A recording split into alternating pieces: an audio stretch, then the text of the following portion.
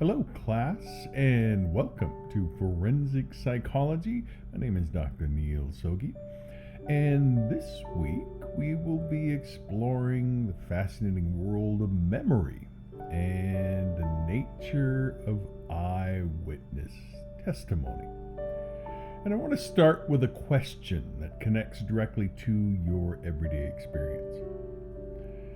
Have you ever witnessed something, perhaps an event in public, or a moment at a party, or even a minor accident, and later recounted that event to someone else? Now, how confident were you that your memory of the event was entirely accurate? Did you notice any differences between your memory and what others recalled about the same event? Well, eyewitness testimony is something we'll engage in, and we always do, even in casual conversation, whether we're recalling what someone was wearing or recounting the order of events during a surprising moment. We rely on our senses and our memory to provide an account. However, just as you may have noticed discrepancies in how you and others remember the same event, the accuracy of eyewitness testimony can be quite variable. And this variability has significant implications when it comes to legal contexts. So, within this lecture, we'll explore the science behind how we perceive and encode and store and recall memories, and how these processes will influence the reliability of eyewitness testimony. So, as always within this class, I like to start off with a little story, and then we're going to cover three main themes. The first theme we'll cover is the sensory and cognitive processes that really underlie eyewitness testimony: perception and memory. We'll dive into how senses gather information, how we perceive that information, and how it is stored and retrieved in memory. We'll then explore the various factors that can affect the accuracy and reliability of eyewitness testimony. And these factors include things like the environmental conditions, the psychological state that we're in at the time or the witness is in, the social influences, and the wording of questions posed to witnesses. And we'll also examine the role of confidence and how it impacts both the witness's self-assessment and the perception of their testimony by others. And the final theme will focus on the legal and ethical dimensions of eyewitness testimony. We will discuss how eyewitness testimony is treated in court, the challenges it poses, and the role of expert testimony in addressing these challenges. We'll also consider the ethics in handling of witnesses and the broader implications for justice as we explore all of this. But I want to start off now with a little story. And the story is of someone who is a huge figure in the field of memory and cognitive psychology, Elizabeth Loftus. She was born in Los Angeles in 1944 and did her undergraduate studies at UCLA, where she earned her bachelor's degree in mathematics and psychology. She then went on to do her PhD in Stanford University. And Loftus is someone who spent a lot of her academic career at the New School for Social Research at New York, and then moved on to the University of Washington in Seattle, where she has been doing a lot of groundbreaking work in the malleability of human memory. And one of Loftus's most significant contributions to psychology is her work on the misinformation effect. And through a series of very interesting experiments, Loftus has really demonstrated that memories can be altered or even entirely fabricated when individuals are exposed to misleading information about the event. And this work has critical implications for eyewitness testimony, as it suggests that witnesses' memory of an event can be influenced by external factors such as leading questions, media reports, or discussions with others. And another key area of Loftus's research is the creation of false memories. And Loftus has showed that it is possible to implant entirely false memories in individuals, making them believe they experienced events that never actually occurred. And this research has raised important ethical and legal questions, particularly regarding the reliability of repressed memories and their use in court cases. And Elizabeth Loftus's work has been recognized with numerous awards and honors. She has received multiple honorary doctorates and has really been recognized as the leading expert in memory. And so she is somebody that if you are working with eyewitness testimony and memory in particular, you'll want to take special note of her work in the field, because she really is the standard. Now, I want to just tell you another little story, and this really kind of illustrates the complexities and pitfalls of eyewitness testimony to some extent. And it's a fun little story anyways. Back in 2007, there was something called the Asia Pacific Economic Cooperation Summit that was being held in Sydney, Australia. And there was a TV show there called Chase's War on Everything. It was kind of just a fun little silly comedy show. And what they did is they staged an elaborate prank that tested the security measures at the event. And the prank involved members of the comedy team creating a fake motorcade, complete with official-looking vehicles and security personnel, to see how far they could get through the layers of security meant to protect world leaders attending the summit. And the motorcade included a car with Canadian flags and one of the team members dressed as Osama bin Laden. And the notorious, who at the time, if you know the history there, was the most notorious terrorist leader in the world, and really the number one most wanted man in the world. And astonishingly, this fake motorcade managed to breach several security checkpoints and came within meters of the hotel where, at the time, the American president, George W. Bush, was staying. And it was at that point that the team decided, okay, maybe we've gone far enough, and so they just kind of revealed themselves. Now, this prank is a powerful demonstration of how easily people can be deceived, even under highly controlled and supposedly secure conditions. And it raises several points relevant to eyewitness testimony. First off, the whole issue of perception under stress, because the security personnel involved in the incident were likely operating under significant stress, which can impair perception judgment. And in forensic settings, witnesses often find themselves in similarly stressful situations, which can affect their ability to accurately perceive and remember events. Next, the whole issue of expectations and schemas. Does this fit with what I expect is going to happen or is happening?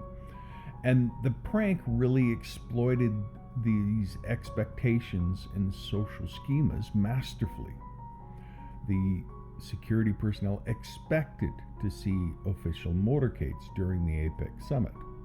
And this expectation may have influenced their perception, leading them to overlook the obvious inconsistencies in the fake motorcade. There's also memory distortions.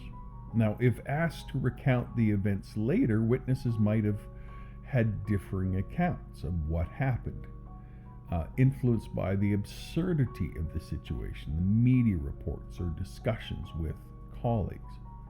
And this aligns with Elizabeth Loftus's research on the misinformation effect, where post-event information can alter a witness's memory. And the whole issue of the APEC prank by the Chasers Warren Everything really serves as a bit of a funny story, but it also highlights the fallibility of human perception and memory, and it really underscores the importance of understanding the psychological mechanisms behind eyewitness testimony. In fact, if you think back to ancient times, BC times, even 1,000 years BC, legal documents in the ancient Near East had a standard rule that in order for eyewitness testimony to be considered truthful, it needed to be witnessed by at least two people. There needed to be at least two witnesses, because one is just inherently unreliable. So you need at least two in order to have some kind of standard. So even the ancients understood that eyewitness testimony is a challenge to trust. Now, let's take a little bit of time and dive into the nature of eyewitness testimony. Eyewitness testimony really here in this kind of context refers to the account of a bystander or that a victim gives in the courtroom, and where they describe what they observed during the commission of a crime. And these testimonies can really be a pivotal point for legal proceedings, and it often is serving as key evidence that can influence the outcome of a trial. Despite the reliance on eyewitnesses in many cases, their accuracy and reliability have been subjects to significant scrutiny within the field of forensic psychology. Now, intuitively, we think we should be able to trust what you see. But there's been some challenge to that. Now, in criminal cases, eyewitnesses can provide some crucial details about the crime, the perpetrator, and the sequence of events, and their testimony can corroborate other evidence, such as physical evidence or confessions. And this sometimes may stand as the sole piece of evidence linking a suspect to a crime. However, the reliance on eyewitness testimony is that double-edged sword. It can be very compelling, but it also is one of the leading causes of wrongful convictions. And understanding the role and limitations of eyewitness testimony is really essential for both legal professionals and forensic psychologists. Historically, eyewitness testimony in more recent times has been viewed with great importance in the judicial system. For centuries, the testimony of an eyewitness was considered the gold standard of evidence. However, as psychological research has advanced, the understanding of human memory and perception has revealed some significant flaws in this assumption.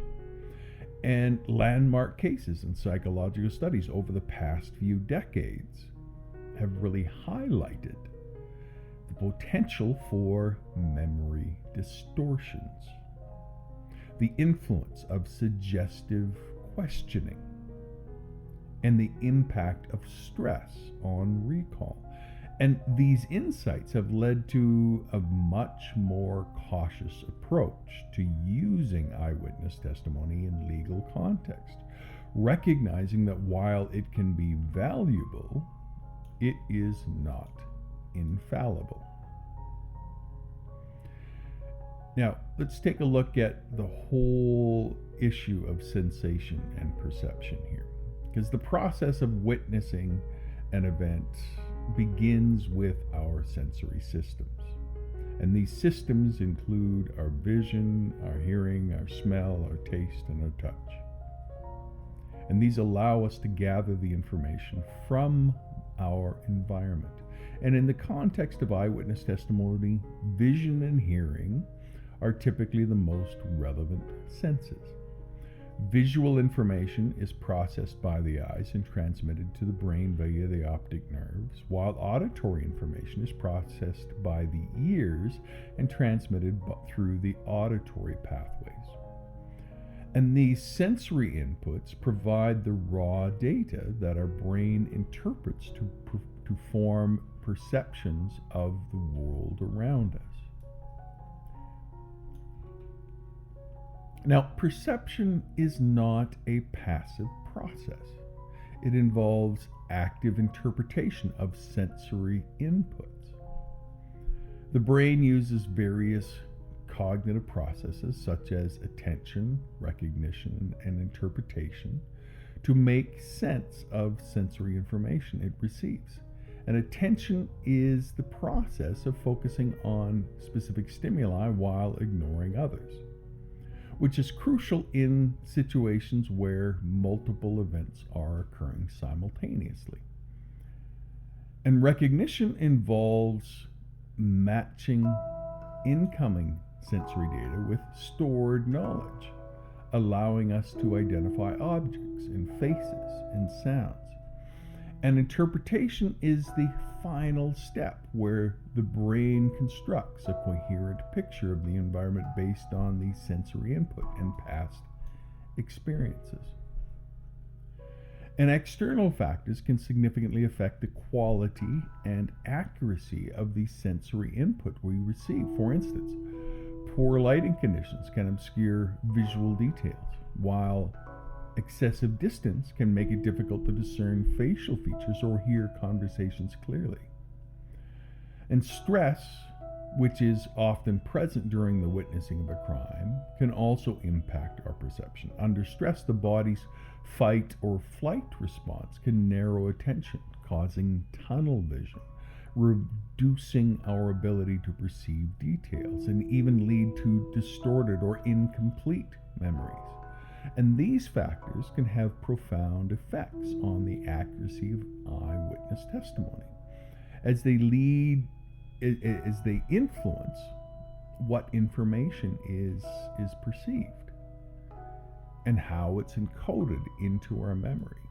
So there's a lot of things that go into sensation and perception that we need to be mindful of.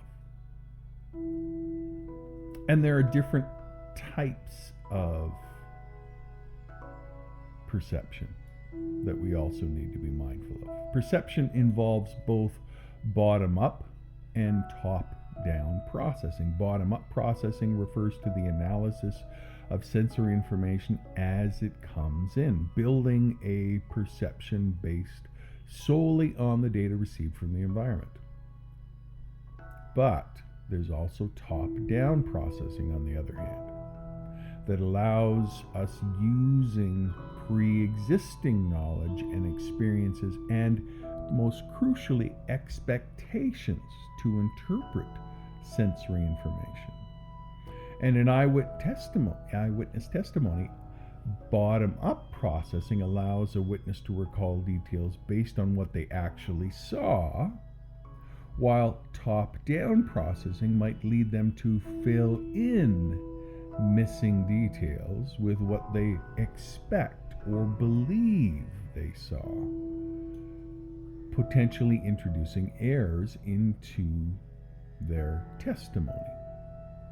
And so the schemas that people live with, the cognitive frameworks that people live with, always help us organize and interpret information, and they are based on our past experiences and can shape how we perceive new information. So, for instance, if a witness has a schema that associates certain behaviors with criminal activity, they may be more likely to interpret ambiguous actions as suspicious. And these expectations, driven by schemas, can therefore play a significant role in shaping perception. And in the context of eyewitness testimony, schemas can cause witnesses to either misinterpret or misremember events, particularly if those events align with their pre-existing beliefs or expectations. Now, memories, if we kind of look at memories, they really involve three key processes. There's the encoding, there's the storage, and there's the retrieval. So in the encoding process, that's the converting the sensory input into a form that can be stored in the brain. And during this phase, attention plays a critical role. Information that receives focused attention is more likely to be encoded into memory. Then there's storage. And storage refers to maintaining the encoded information over time. Memories can be stored in short-term memory, so for immediate use, or long-term memory for use over extended periods. And the quality and stability of stored memories can vary based on factors such as emotional intensity and the amount of rehearsal or repetition. And then there's retrieval. And retrieval is the process of accessing stored information when needed. And retrieval can be influenced by cues, context, and passage of time. And so errors in retrieval can lead to incomplete or inaccurate recollections, which are particularly problematic, obviously, in eyewitness testimony. You also need to kind of remember that there's different memory systems. There's a short-term memory system, there's the long-term memory system, and eyewitness testimony relies heavily on explicit memory, which is a certain type of memory. And other factors can impact this, like stress, like time. Stress and trauma tend to distort or fracture memory. Passage of time means that memories fade, they become distorted, they become influenced by new information. And there's something called memory decay. And then because memory is a reconstruction process, so memory is it's not a perfect recording. It's not like you're replaying a video recording. Every time you recount the memories, you are reconstructing them. Each time a memory is recalled, it can be altered, it can be reshaped by current emotions and beliefs or external suggestions. And this can lead to the creation of false memories or the alterations of existing ones. There can also be environmental factors that impact on what we witness, what we perceive. Poor lighting, such as dim or fluctuating lighting, can make it difficult for a witness to accurately see the details. Colors, that sort of thing. Weather conditions like rain or fog or snow can obstruct visibility and obscure important details. Cold weather can cause discomfort, leading to decreased ability to focus on what's at hand. Psychological factors like stress or anxiety or fear, which is likely going to be there, have a crucial role in shaping how an event is perceived or remembered. High stress situations, such as someone witnessing a violent crime, can create, again, that tunnel vision. Anxiety and fear can cause impaired memory encoding. It can lead to fragmented or inaccurate recall. Social factors like pressure from authorities or conformity can subtly change things. subtly sometimes, but not so subtly other times, and alter a witness's account of an event. And the way law enforcement officers and lawyers and other authorities phrase questions can lead to suggestibility, where the witness's memory is influenced by the implications of the questions and the desire for someone to conform. Also, leading questions and suggestibility. So leading questions are those that suggest a particular answer or imply information that the witness has not provided. So, for example, asking, "What color was the car that ran the red light?" assumes that a car did run the red light, potentially implanting this idea in the witness's memory. So witnesses, especially when those who are young or elderly or experiencing high levels of stress, are particularly vulnerable to suggestibility. And this can lead to the creation of false memories or the alteration of existing memories to fit the suggestion.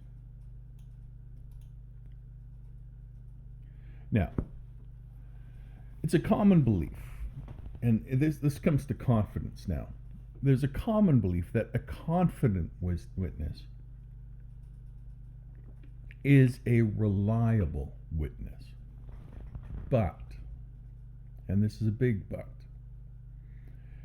research in forensic psychology has shown that the relationship between confidence and accuracy is not as straightforward as it might seem.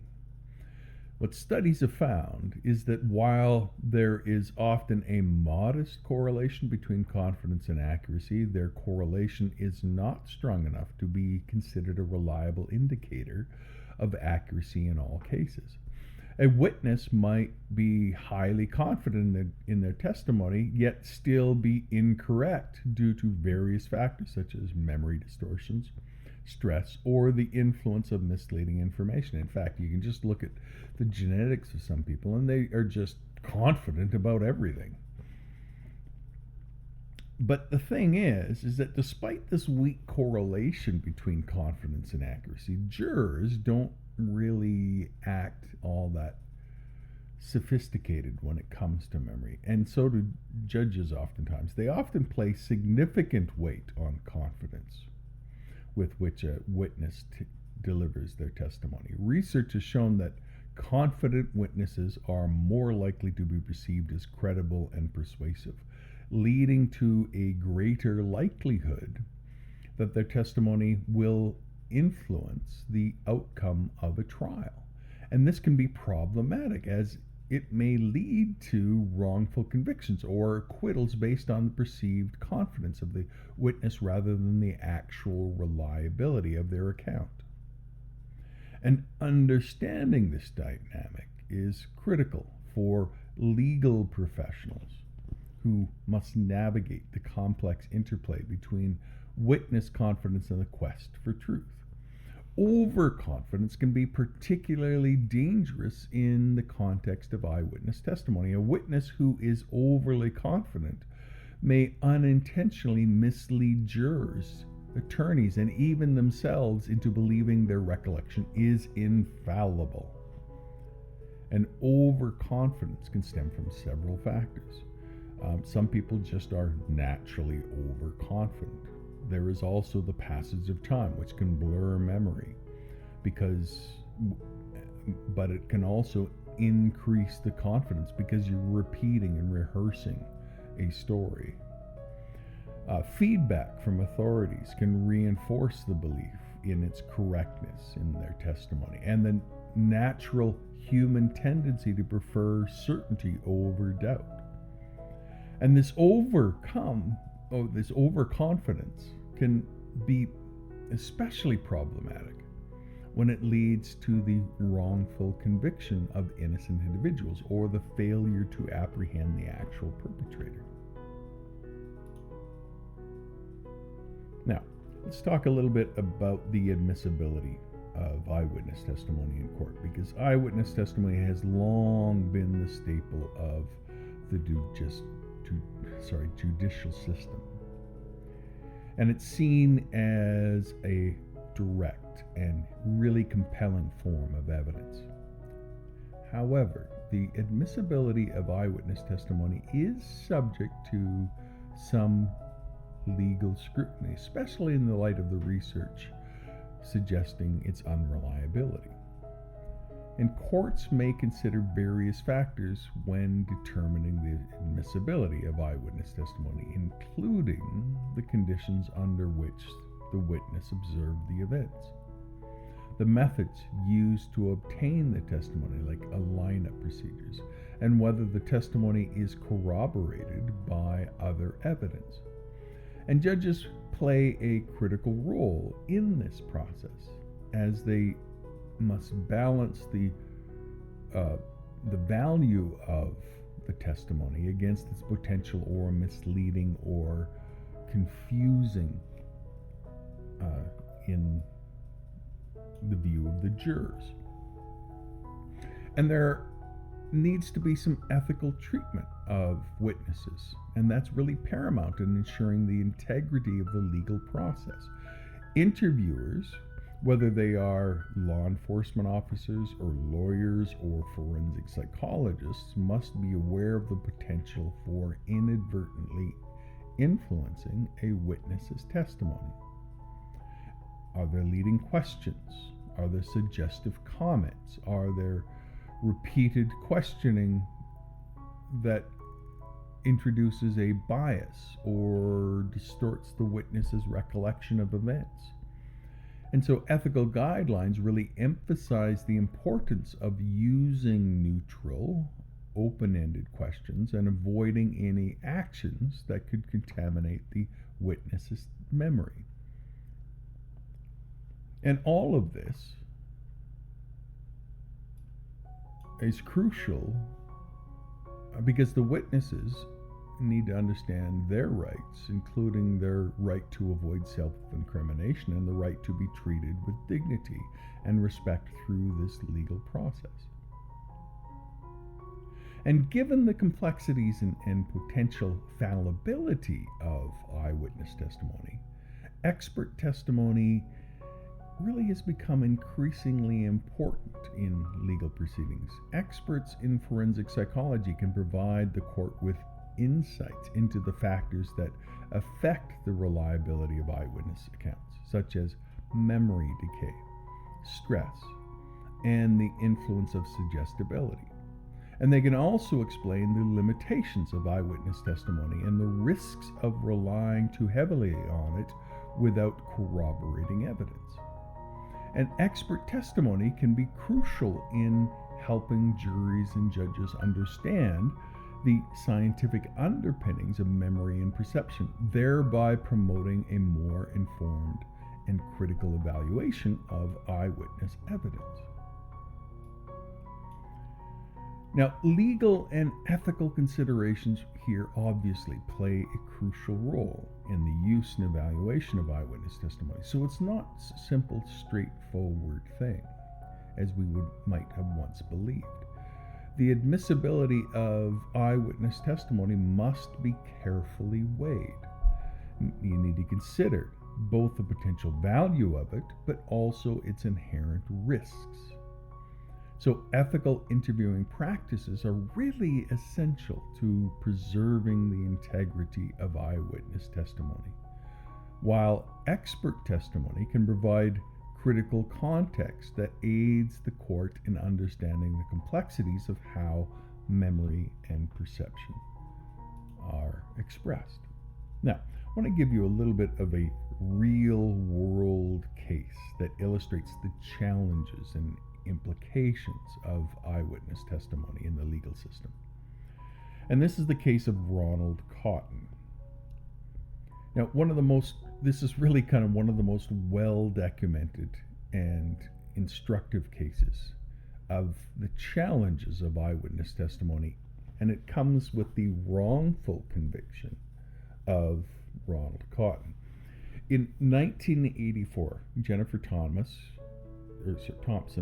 who was a college student in North Carolina, was raped by a man. Tragic, horrible experience. Man broke into her apartment, And during the assault, Thompson made a conscious effort to remember her attacker's features so that she could later identify him. She provided a detailed description to police, and Ronald Cotton, who bore some resemblance to her description, was arrested. Thompson was asked to identify her attacker in a police lineup, and she confidently picked Ronald Cotton. Her testimony was compelling and played a significant role in Cotton's conviction. And Cotton was sentenced to life in prison based primarily on Thompson's eyewitness testimony, despite his claims of innocence. Years later, when the advent of DNA testing came about, evidence from the crime scene was re-examined. And the DNA did not match Ronald Cotton, but instead matched another man, Bobby Poole, who had confessed to committing the crime while Cotton was still in prison. And in 1995, after being in prison for 11 years for a crime he didn't commit, Ronald Cotton was exonerated and released. Now, this case underscores several issues in eyewitness testimony. First off, the whole idea of memory distortion. Despite Jennifer Thompson's efforts to remember her attacker's face, her memory was influenced by various factors, including the stress of the situation and the way the lineup was conducted. And this led to a confident but incorrect identification.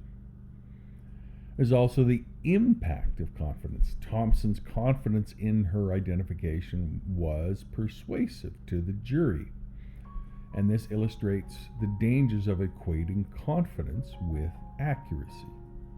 There's a whole issue of the role of lineup procedures, so this case highlights the importance of proper lineup procedures, and research has shown that the way lineups are conducted can significantly influence a witness's identification, with improper methods increasing the risk for misidentification. And the case of Ronald Cotton led to changes in how eyewitness testimony is handled in many jurisdictions.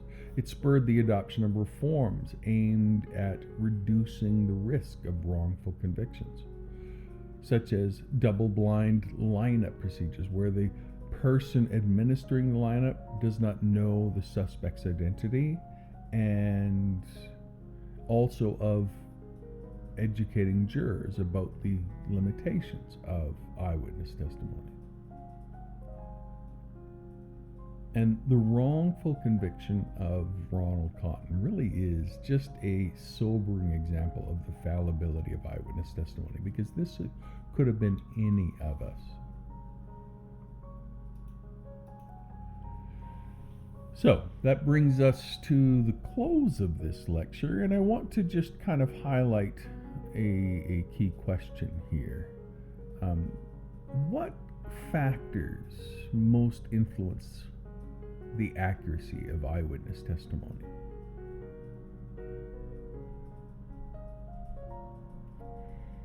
And in this case, I would say that it would be the passage of time, because the passage of time,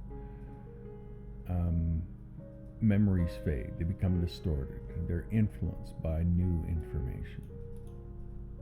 So as we conclude our exploration of eyewitness testimony, I want you to just kind of reflect upon the complexities and nuances of this. Eyewitness testimony is not a straightforward, simple thing. It's not a recording.